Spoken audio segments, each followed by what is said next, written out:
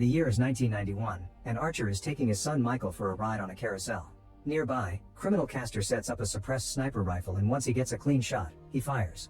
The bullet hits Archer in the back, goes through him, and hits Michael on the head. Father and son fall to the ground, and a devastated Archer clings to his dying son while Castor is in shock over having killed a child. 6 years later, Archer is in charge of the FBI's Los Angeles office and has never stopped pursuing Castor, who turns out to be a career terrorist. Currently, Castor is pretending to be a minister to sneak into the Los Angeles Convention Center, where he assembles and activates a huge bomb, which will blow out in a few days. At the FBI office, Archer is informed that Castor's brother Pollux just chartered a jet at a local airfield, so Archer immediately orders Tito to get an undercover agent planted on the plane because Pollux never flies without Castor. At the local airfield, Pollux and his henchmen meet with Castor and board the plane, where they are greeted by an undercover agent posing as a flight attendant. When the plane is about to take off, the pilot suddenly sees a truck on the runway coming towards them at the same time that Pollux notices multiple police cars plus a helicopter. At that moment, the undercover agent takes out her gun and points it at Castor, but Pollux throws his briefcase at her and begins beating her up. Then Castor threatens the pilot and orders him to fly the plane. Archer continues to chase after the plane in his truck, and for a moment it looks like both vehicles will collide, but at the last second he manages to make a U-turn. Suddenly the plane door opens and Castor pushes the agent out, killing her with a shot. Archer immediately stops the truck and jumps into the helicopter, which causes Castor to threaten the pilot into taking off. However, Archer keeps hitting the plane with the helicopter, and the pilot fails to pull back, so the flaps break off completely. Castor fires at the helicopter to make it back off, but Archer responds by shooting the left engines, which makes them blow up. At that moment Castor kills the pilot and takes over the controls, but he has to dive for cover before the plane crashes through the hangar with a huge explosion. Afterward, Archer joins his fellow agents in a chaotic firefight against Castor and Pollux. Many agents lose their lives in the process, although one of them only loses his ear. The agents keep on firing as they chase the brothers deeper into the hangar, and Archer shoots at a pipe so the bursting water causes the siblings to split. This allows two agents to attack Pollux and finally arrest him. Castor sees Pollux has been arrested and is calling for his help, but he ignores him and goes deeper into the hangar while Archer follows him. Suddenly Archer hears Castor reloading his pistol and notices another agent in the line of fire, but by the time he shouts a warning it's too late. Castor kills the agent, causing Archer to fire in return. Both men exchange a few shots as they try to keep cover, and when another agent tries to help, Archer tackles him to the ground right before Castor can hit him too. Then Archer shoots back and they keep on firing until they run out of ammo. Both men rush to reload their weapons and soon the firefight restarts. After jumping around using chains and ramps, Archer surprises Castor from behind and captures him, but Castor only laughs and dares Archer to shoot him. They both stand up and get stuck in a Mexican standoff, so Castor uses the chance to brag about his bomb, but Archer believes he is bluffing. Then Castor makes inappropriate comments about Archer's daughter and tries to shoot, only to discover he's out of ammo again. He falls to his knees and breaks down, but it's actually an act to grab a knife from his pocket. Suddenly he stands up, knife ready to stab, but Archer kicks Castor's hand and pushes him into a working turbine that sends Castor flying until he hits a ventilation grate and falls, seemingly dead. Afterward, Archer returns home, although his family situation isn't the best. His daughter Jamie gets in trouble a lot as she tries to find herself, and his relationship with his wife Eve is very cold and distant because Archer spends too much time working on catching Castor.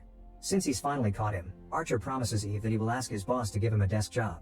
The next day, the entire office congratulates Archer, however he reminds everyone they need to remember the fallen agents too. Afterward, Archer declares the Castor case closed on his PC.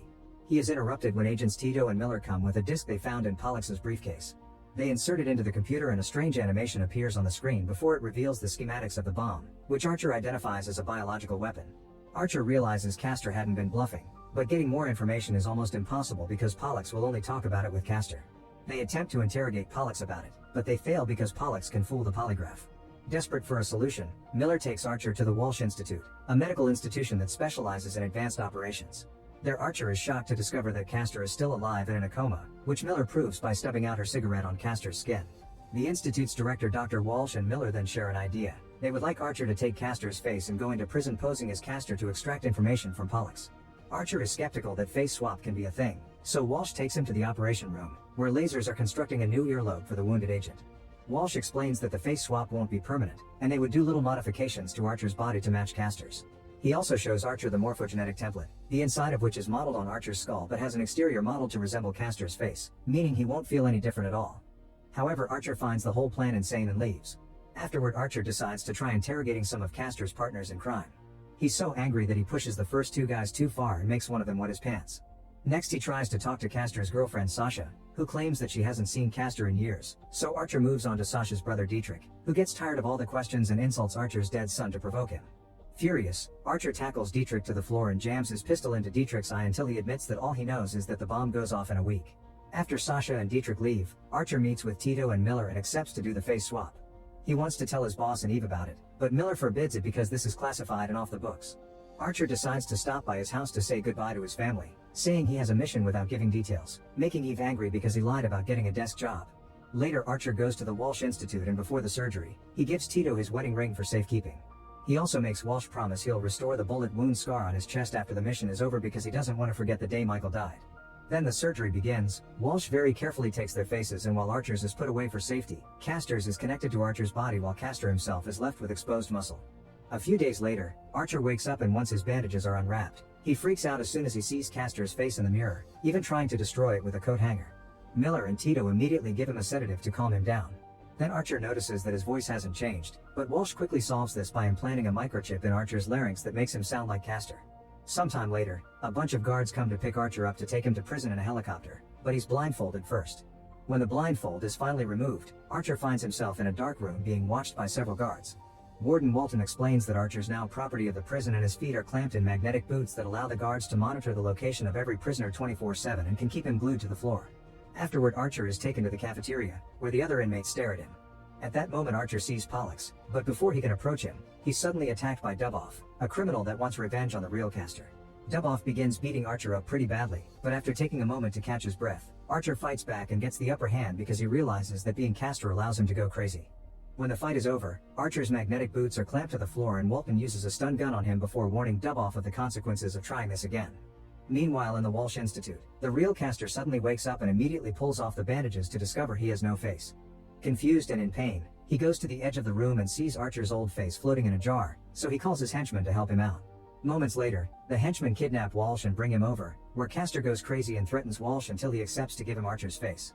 Back in the prison, Archer finally manages to approach Pollux and manages to get all the information about the bomb. Later, a guard tells him he has a visitor, and Archer is taken to the initial room. To Archer's surprise, Castor appears wearing Archer's real face and shows him a newspaper article about a recent fire that destroyed the Institute and killed Walsh plus his 2 technicians. This makes Archer imagine how Castor's henchmen tied up and gagged Walsh, Miller, and Tito, then covered them with gasoline before starting the fire that killed them. Castor also reveals he's wearing Archer's wedding ring while explaining that he's destroyed any evidence that Archer could use to prove who he is. His plan now includes taking over Archer's job and doing the nasty with Eve, which makes Archer furious. He tries to hurt Castor only to be stopped by the guards while Castor leaves. Afterward, Castor goes to Archer's house, and he almost misses the address if he hadn't been for Eve waiting outside. After Eve leaves for her job at the hospital, Castor goes inside and looks around until he finds Eve's diary, through which he learns Eve and Archer haven't been naughty in over 2 months. Suddenly he hears music and follows the noise to find Jamie in her room smoking a cigarette. Castor stares at her in a creepy way, and Jamie gets angry because her dad is invading her privacy. But when she tries to slam the door, Castor forces his way in and takes a cigarette from her, which leaves Jamie in shock. Back in the prison, Archer learns that Castor has cut a deal with Pollux and he's getting released. Pollux is taken to the FBI office, where Castor treats him to a gourmet meal. The other agents are surprised by who they think is Archer's behavior because he keeps shrugging people off when they offer their condolences over Tito's death, and making a deal with a lowlife like Pollux isn't his style. After everyone leaves, Castor enters the interrogation room and turns off the microphone while reminding Pollux that he's supposed to be snitching. Castor proposes that Pollux should confess to the location of the bomb so Castor can become a hero. Once Pollux tells them all about the bomb, the police rush to the convention center and evacuate the building. Castor comes to and watches the bomb squad technicians trying to disarm the bomb with only 1 minute and 15 on the clock. The techs explain that the codes are protected by a tamper switch that will take them several hours to bypass, so Castor kicks them all out. Once he's alone, he proceeds to use the codes and deactivates the bomb in seconds. As predicted, Castor becomes the hero of the city, which Archer sees on the news. Everyone at the office showers Castor with praise, and unlike the real Archer, he gladly receives all the compliments. Later that night, Castor surprises Eve with a romantic dinner and they get intimate. In prison, a desperate Archer realizes that the only way to stop Castor is to break out, so he asks another inmate for information, learning that he can only get his boots off if he is taken to the clinic to get shock treatment. At that moment, Archer sees a guard pulling out a pack of cigarettes and gets an idea.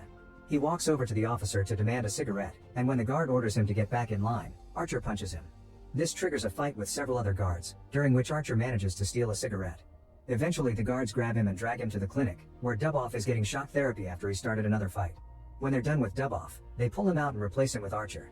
He convinces Walton to light the cigarette for him, and while they are securing him, Archer provokes Duboff by mentioning his family is waiting for him. Suddenly Duboff attacks Walton, and while the guards go after him, Archer breaks free of the chair by burning his captor with the cigarette. After punching the guards around them, Archer steals a gun and shoots the men approaching them from the catwalks. The elevator doors open and more guards appear, so they shove a stretcher into them, disarming them. Next, Archer grabs a bottle of sulfuric acid and throws it upwards before shooting it, causing a small explosion.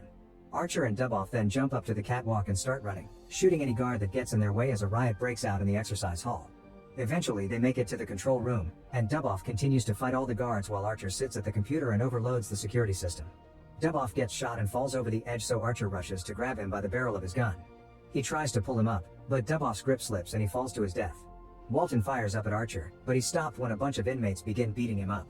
Afterward, Archer makes his way to the roof, where he discovers that the prison is an offshore oil platform. At that moment a helicopter appears and Archer jumps off the platform as the gunner opens fire. Archer lands on the next deck as the helicopter chases after him, and when Archer gets behind some oil cans, a stray bullet causes a spark that lights Archer's feet on fire. He quickly removes his socks before jumping into the ocean, and since he doesn't surface, the pilots assume he's dead. Meanwhile, Eve is shocked to hear her husband has forgotten about Michael's birthday, and Castor is dragged to the cemetery to visit Michael's grave. Later, when he goes to the office, he's told that Archer escaped from prison and there's no body, so Castor sends the cops to find him. Back to Archer, he swims to the shore and steals a car from a valet parking lot, then drives over to the hospital where Eve works. He makes a call from the car phone and tries to warn Eve about Castor, but since he isn't using his real voice, Eve thinks this is a bad prank and hangs up. Next, Archer calls the FBI office, but unfortunately the operator transfers him to Castor, so he hangs up too. There are cops around looking for him, so Archer has to hide when he sees a police car pass by. Next, Archer decides to go to see Dietrich, who immediately invites him to hang out with other criminals and some escorts. Dietrich also gives him Castor's twin pistols. Archer drinks some water, not knowing it's been spiked. His body starts reacting badly to the drink, so Archer rushes to the bathroom, where he looks in the mirror and points a gun at his reflection. Archer tries to calm down only to be interrupted by Sasha, who proceeds to slap him unconscious. Meanwhile, Castor is in the middle of an angry phone call with Pollux when he suddenly hears loud music. He looks through the window and sees Jamie's boyfriend trying to force himself on her in his car. Castor immediately hangs up and runs outside to smash the window with his foot, pull the boy out of the car, and beat him up before slamming his head against the roof while ordering him to apologize. Afterward, Castor gives Jamie a knife for protection and instructs her to stab any attacker in the thigh, twisting the blade. Back to Archer, he's now resting on a bed and wakes up when Sasha gets too affectionate. He accidentally calls her Eve, but once he sees it isn't his wife, he reaches for his gun. Sasha insists on trying to do the dirty, and all this is seen by Pollux from across the street before he calls Castor to tell him about it. Castor immediately sends an FBI team to the scene. Once Archer is finally able to get Sasha off him, Sasha reveals her son Adam is there and confesses he's Castor's. Archer can't help seeing his own son in Adam and hugs the boy while calling him Michael, which makes a confused Sasha pull her son away. At that moment, an FBI agent fires a smoke grenade that crashes through the bedroom window. Archer quickly pulls Sasha and Adam to the ground as the SWAT team opens fire and Dietrich together with the other criminals grab their weapons to fire back. Archer quickly grabs Adam's headset so he can hear music instead of the weapons as SWAT officers burst into the apartment and a vicious firefight begins. There's chaos everywhere and Sasha steals a gun before she, Archer, and Adam try to run away. However, more agents burst in, so Dietrich takes Adam to the room and Sasha helps the escorts escape while Archer personally goes after the agents that keep coming. Hundreds of shots keep on being fired and both sides lose many lives. An officer sees Adam and almost shoots him, but Archer pushes him away just in time. Then Archer hands Adam over to Sasha, who rushes to the lobby. An agent tries to stop her, but she just kicks him and runs away. The agent stands up to try again, only to be stopped by Archer, who removes the mask and is shocked to see a friend from work. Dietrich is coming, so Archer knocks his friend out and shoots the ground to pretend to kill him. At that moment, Castor shows up and aims his gun at Archer. However, he hears a noise and accidentally shoots at Sasha instead. Dietrich jumps in and the bullet hits him in the neck, so he tells Sasha to run. By the time Archer gets to him, Dietrich is dead. Then Archer grabs Dietrich's weapon and another gunfight against Castor ensues. A few more shots are exchanged before both men end up on opposite sides of the same mirror, and after some banter, they open fire at the same time. The glass shatters and Archer is hit on the side of his body, but the men keep firing. At that moment, an agent arrives and shoots at Archer too, so he escapes through the stairway. On the roof, Archer finds Pollux and they try to escape by climbing. Suddenly, Archer grabs a crane cable and slams into Pollux, sending him crashing through the skylight. Castor sees Archer and opens fire, making Archer flee. Then Castor notices Pollux is dead and breaks down crying, making an agent wonder why he cries for a criminal. Furious, Castor shoots the agent in the face. The next morning, the office boss comes in to argue with Castor about what happened last night. Suddenly the man clutches his chest from palpitations, so Castor uses the chance to tell him his real identity before knocking him down. Then Castor punches him in the heart until it stops completely. Next, Castor calls his secretary, saying their boss had a heart attack. Meanwhile, Archer breaks into his own house and makes Eve freak out when she sees him. Archer does her best to calm her down and explains the face swap, telling her to test her husband's blood type to confirm the story because Castor's is different from Archer's. Later that night, while Castor is asleep, Eve quietly takes some of his blood, then sneaks out to go to the hospital where she runs the tests and finally sees the truth. At that moment Archer shows up and asks for help for the wounds he got during the gunfight, but Eve is still wary and pulls out a gun. To prove his identity, Archer shares some stories of their dates and Eve finally believes him. Eve takes care of Archer's wounds and tells him tomorrow there will be a funeral for his boss. In the morning Castor wakes up to an empty bed and immediately gets suspicious, so he rushes to the hospital, but by the time he arrives, Archer is already gone. Sometime later, the funeral proceeds as normal. Once everyone is gone, Archer confronts Castor, who reveals his henchman has Eve hostage. Suddenly Sasha and another henchman with Jamie show up too, getting everyone stuck in a Mexican standoff. A gunfight ensues, and Sasha takes a bullet to save Archer. Before dying, she begs him not to let Adam grow up to be a criminal. Castor and Archer engage in a battle involving both guns and fists, with Archer soon gaining the upper hand. While they're grabbing each other, Jamie finds a gun and shoots at Archer because she doesn't know of the switch, allowing the real Castor to break free. Castor takes Jamie hostage and licks her face, but she stabs him in the leg using the trick he taught her. Wounded, Castor shoots 2 agents before running away and stealing a boat. Archer goes after him and steals another boat while Castor shoots the rent shop, making it explode. A long chase ensues while the Coast Guard fires at them, but Castor shoots them all and crashes Archer's boat against theirs. Archer jumps on Castor's boat to keep on fighting him, but after a few weird moves, this boat also crashes and the men are thrown ashore. They engage in a final hand-to-hand fight, and when Castor begins hurting Archer's face, Archer kills him with a spear gun. Later, Eve is able to explain the entire situation to the FBI, and Archer is taken to the hospital to have his face restored. However, he asks them not to give him back his chest scar because now that Castor's dead he can finally move on. Once Archer has his own face and voice back, he comes home and to his family. After apologizing for being distant the past years, he promises to do better and introduces them to Adam, who shall be adopted by them.